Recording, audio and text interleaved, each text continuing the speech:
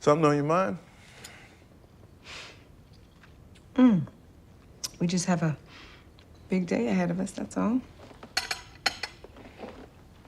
It's about the cameras. When you're nervous, don't be. It's just making sure that this doesn't end up poorly for us. Anita Bonet is a renowned filmmaker. I've never heard of her. Come on now. She done won awards. Be all up and through them film festivals. Okay, well. This is gonna chronicle the ultimate comeback.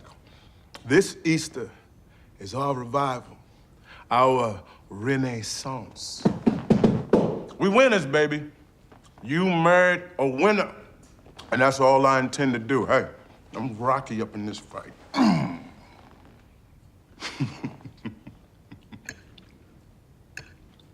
Rocky didn't win. How's that now?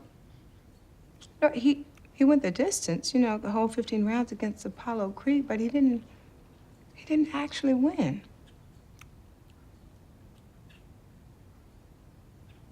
All right. But he did win in Rocky 2. Lord, baby, how many times I gotta tell you, get past the first movie? That was all set up. Lord have mercy.